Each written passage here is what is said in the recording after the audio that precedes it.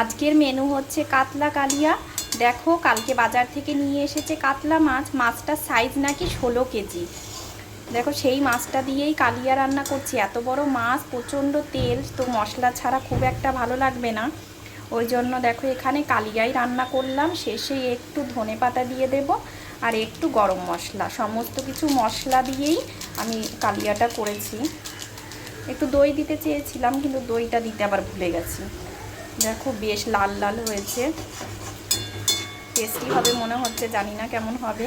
তো আজকে তো এই কালিয়া হয়েছে। এইদিকে করছি হচ্ছে কাঁকরোল আলু ভাজা, এখনও হলুদ দেওয়া হয়নি।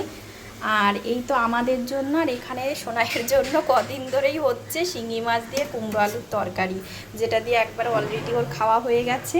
আজকে আমার আর খাওয়ানো কিংবা কোনো কিছু ঝামেলা নেই, যেহেতু মা আছে, মাই করছে সব কিছু, আমি শুধু রান্না করছি।